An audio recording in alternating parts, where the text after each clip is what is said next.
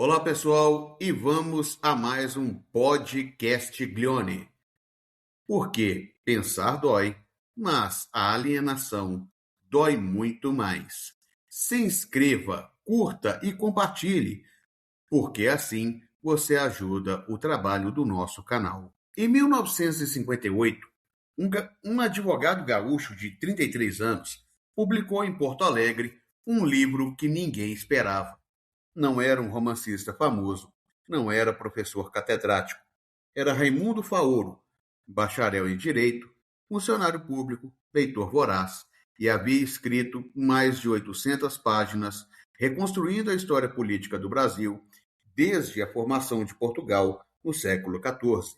A tese central era perturbadora na sua simplicidade. O estamento burocrático, fundado no sistema patrimonial do capitalismo politicamente orientado, adquiriu o conteúdo aristocrático da nobreza da toga e do título. A pressão da ideologia liberal e democrática não quebrou, nem diluiu, nem desfez o patronato político sobre a nação, impenetrável ao poder majoritário, mesmo na transição aristocrático-plebeia do elitismo moderno.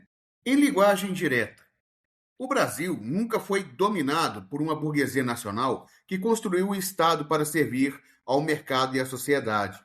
Foi dominado por um estamento burocrático, uma camada de funcionários, bacharéis, militares e políticos que controlam o Estado em proveito próprio, que existe desde Portugal medieval e que sobreviveu a todas as mudanças de regime: Império, República Velha, Estado Novo, ditadura e democracia. Os donos do poder mudam de nome, mas a lógica patrimonial permanece. Raimundo Faoro, advogado, sociólogo, historiador, presidente da OAB entre 1977 a 79 e uma das vozes mais importantes da resistência democrática à ditadura, é o intelectual liberal mais sofisticado que o Brasil produziu no século XX. E é também, como vamos ver, o intelectual cujas categorias precisam ser submetidas ao exame marxista mais rigoroso. Porque Faoro viu algo real.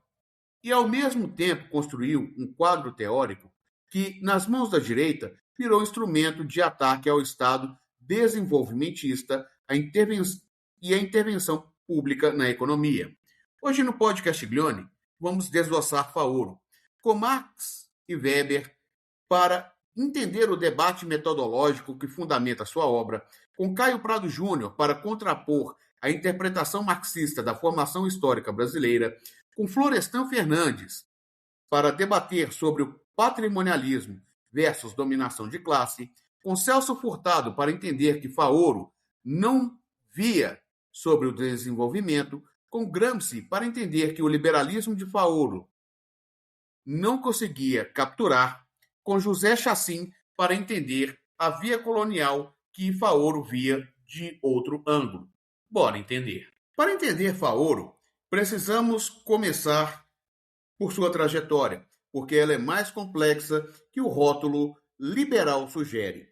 O lançamento do livro, no qual Faoro apresenta as bases interpretativas do patrimonialismo, sem os detalhamentos históricos que seriam incorporados na edição seguinte, ocorreu num período caracterizado por forte efervescência democrática e grandes discussões políticas. Nascido em 1925, em Vacaria, no Rio Grande do Sul, formado em Direito, funcionário público que viveu por dentro a democracia que teorizava, presidente da OAB de 77 a 79, o período mais intenso da luta pela abertura democrática. Esse ponto é fundamental para entender Faoro e para situá-lo politicamente. Quando a ditadura estava em seu período mais duro, Faoro, como presidente da OAB, foi uma das vozes mais importantes pelo Estado de Direito, pela anistia, pelas liberdades civis. Não era o liberalismo de Godin que apoiou a ditadura. Era o liberalismo democrático que se opunha à ditadura precisamente em nome das instituições que o autoritarismo destruía. Essa distinção importa. Faoro não era o liberal que precisava da ditadura para proteger o mercado. Era o liberal que entendia que, sem Estado de Direito, sem separação dos poderes, sem direitos civis, não há mercado livre que funcione, porque não há regras que todos obedeçam. É o liberalismo clássico de Tocqueville e John Stuart Mill, e não o neoliberalismo de Hayek e Friedman.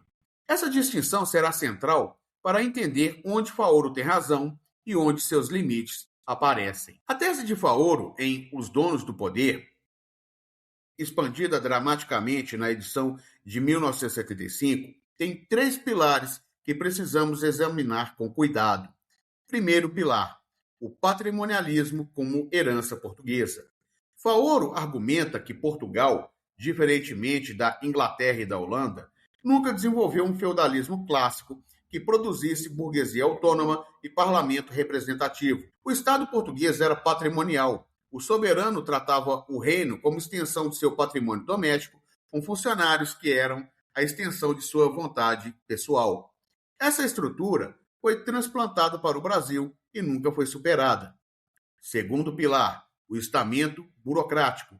O conceito vem de Max Weber. A distinção entre classe, posição nas relações de produção e estamento, grupo que compartilha um estilo de vida, prestígio e situação jurídica específicos. Faoro argumenta que o Brasil é dominado por um estamento e não por uma classe no sentido marxista. Uma camada de funcionários, bacharéis, políticos e militares que se reproduzem independentemente das transformações econômicas. Ao contrário do mundo holandês e inglês, a rede, a teia de controles, concessões e vínculos avilta a burguesia e reduz a função subsidiária e dependente do Estado. Terceiro pilar, o capitalismo politicamente orientado. Diferentemente do capitalismo ocidental clássico, que se desenvolve pela iniciativa privada autônoma, o capitalismo brasileiro seria politicamente orientado. O capital depende do Estado para existir. As concessões, créditos, proteções, os contratos públicos, tudo flui pelo controle do estamento sobre o Estado. E aqui está a crítica liberal central do Faoro ao desenvolvimento. O BNDES, a Petrobras, o intervencionismo varguista são extensões do patrimonialismo, não instrumentos de desenvolvimento. São estamentos usando o Estado para se reproduzir em nova roupagem. O povo, palavra e não realidade dos contestários, que quer ele? A lei, retórica e elegante não interessa. A eleição, mesmo formalmente livre, lhe reserva a escolha entre opções que ele não formulou. Essa passagem revela a tensão central do pensamento de Faoro, o diagnóstico demolidor da democracia formal que não produz escolhas reais para o povo, e, ao mesmo tempo, o pessimismo sobre a capacidade do povo de superar essa condição. Agora, vamos ao debate metodológico mais importante. Marx analisava a sociedade a partir das relações de produção. A posição dos agentes no processo de produção determina sua consciência e seus interesses políticos. Burguesia versus proletariado, capital versus trabalho, o Estado como comitê executivo dos negócios da burguesia. Faoro, seguindo Weber, argumenta que estamento é a categoria analítica mais adequada para o Brasil, porque o estamento existe independentemente das relações de produção. O funcionário público que controla o Estado não é burguês, não é proprietário dos meios de produção, mas tem poder real que a análise de classes não captura adequadamente. Quem tem razão?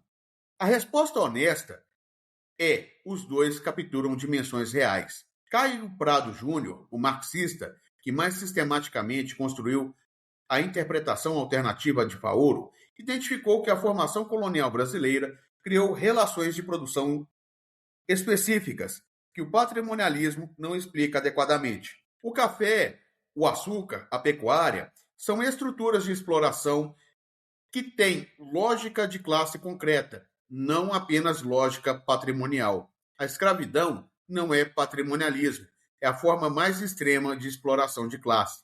E Florestan Fernandes, cujas análises sobre patrimonialismo dialogam diretamente com Faoro, mostrou que o estamento burocrático e a dominação de classe não são alternativas analíticas.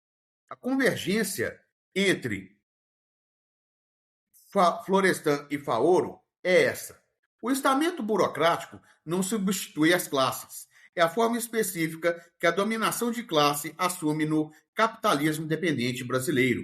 A burguesia associada que Florestan identificou usa o estado patrimonial que Faoro descreveu. São dimensões complementares e não alternativas. Aqui precisamos ser precisos sobre onde o liberalismo de Faoro produz limitações analíticas sérias. No seu texto, ele parece esposar uma visão liberal pura que vê criticamente qualquer intervenção mais significativa do Estado na vida social e econômica.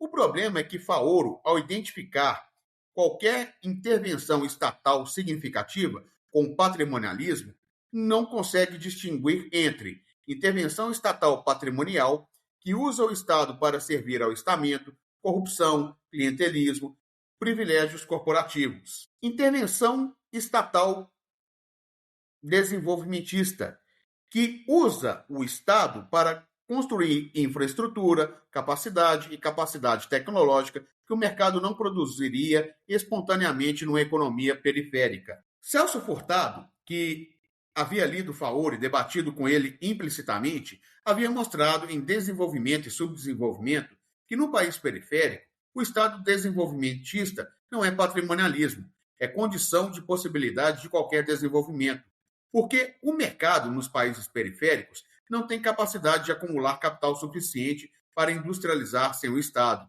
Porque as vantagens comparativas da divisão internacional do trabalho, se seguidas pelo mercado, condenam o Brasil à exportação de matéria-prima. Porque só planejamento estatal pode coordenar os investimentos necessários para os saltos tecnológicos que o desenvolvimento exige. Faoro via a Petrobras como patrimonialismo, Furtado via como instrumento de soberania energética. Faoro via o BNDES como estamento se reproduzindo, Furtado via como instrumento de financiamento industrial que o mercado não proveria. Gramsci identificaria o problema central do liberalismo de Faoro. Ele analisa corretamente a forma, o patrimonialismo como um modo de dominação, mas não consegue analisar o conteúdo de classe que esse patrimonialismo serve.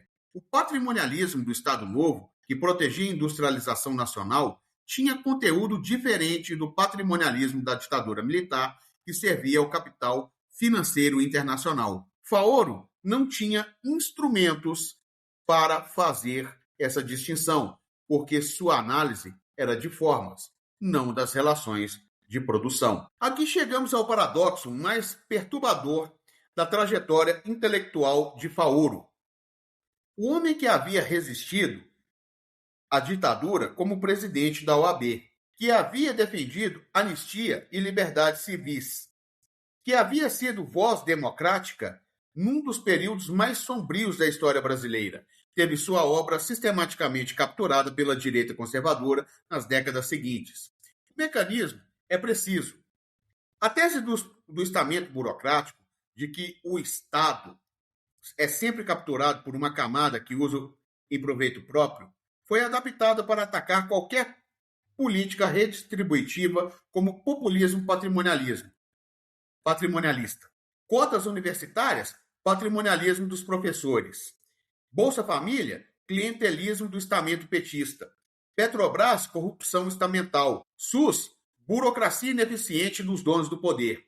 Faoro não havia proposto nada disso, mas suas categorias analíticas foram extraídas de seu contexto e transformadas em munição contra o Estado social. Essa subestimação leva a uma crença determinista de que o gênero distinto da estabelecida pelos marxistas, no sentido de se acreditar que, por arraigadas e poderosas que sejam as teias culturais do patrimonialismo e do consequente estatismo do Brasil, seria algo como uma lei natural inescapável onde permanecemos atados a elas. O determinismo patrimonialista, a ideia de que o Estado brasileiro está condenado ao patrimonialismo e, portanto, qualquer política pública é corrupção em potencial, é o uso mais pernicioso que a direita faz de Faoro. Marx, em O 18 Brumário, mostrou que os mortos pesam sobre os vivos e que as tradições de todas as gerações mortas se apoderam dos vivos como um pesadelo. O patrimonialismo de Faoro pode virar esse pesadelo determinista, que impede de ver qualquer possibilidade de reforma real, porque tudo que já está condenado pela herança portuguesa. E Gramsci responde: o determinismo histórico, seja o marxismo vulgar, que esperava a revolução inevitável, seja o patrimonialismo que condena o Brasil à herança burocrática eterna, é a ideologia do fatalismo que paralisa a ação política transformadora. Aqui precisamos ser honestos sobre o que Faoro captou com precisão e que o marxismo às vezes negligencia. Faoro viu algo real sobre a especificidade da dominação no Brasil periférico. O Estado não era simplesmente instrumento da burguesia, porque no Brasil o estamento burocrático tem relativa autonomia em relação às classes econômicas. Os militares que governaram de 64 a 85 não eram simples executores da burguesia industrial. Tinham um projeto próprio que às vezes conflitava com os setores do capital. Os bacharéis que dominam o judiciário não são simplesmente representantes de classe. Têm corporação própria com interesses específicos. Essa camada, que são os donos do poder, se modifica, renova-se, porém, mesmo com o passar do tempo, que não representam a nação. Isso é observação empírica válida, que o marxismo mais mecanicista não captura adequadamente. E Faoro viu com precisão algo que o lulismo revelou de forma dolorosa. Os mecanismos de cooptação que o estamento usa para integrar forças inicialmente externas, o PT que chegou ao poder querendo transformar o Estado, foi sendo transformado por ele.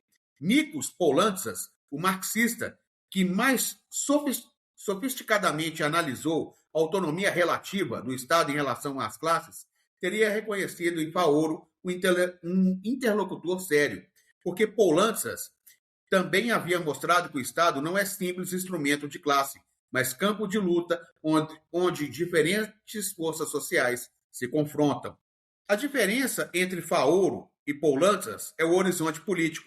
Faoro viu o Estado patrimonial como um obstáculo a ser limitado pelo mercado e pelas instituições liberais.